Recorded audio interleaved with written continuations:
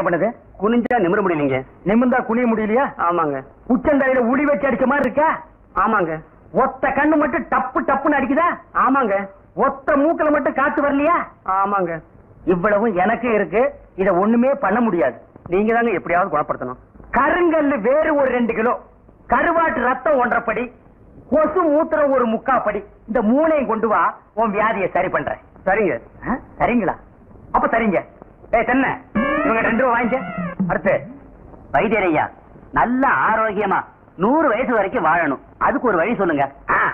இது கேள்வி. வெத்தலமாக்கு புகையில போடுற பழக்கம் உண்டா?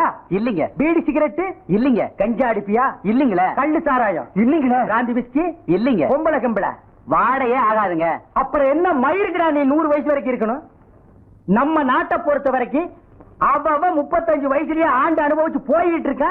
எந்தரா எந்தரா, இனிமே நின்ன நானே உன்னை விஷம் வச்சு கொண்டுடுவேன். அடுத்து உனக்கு என்னடா?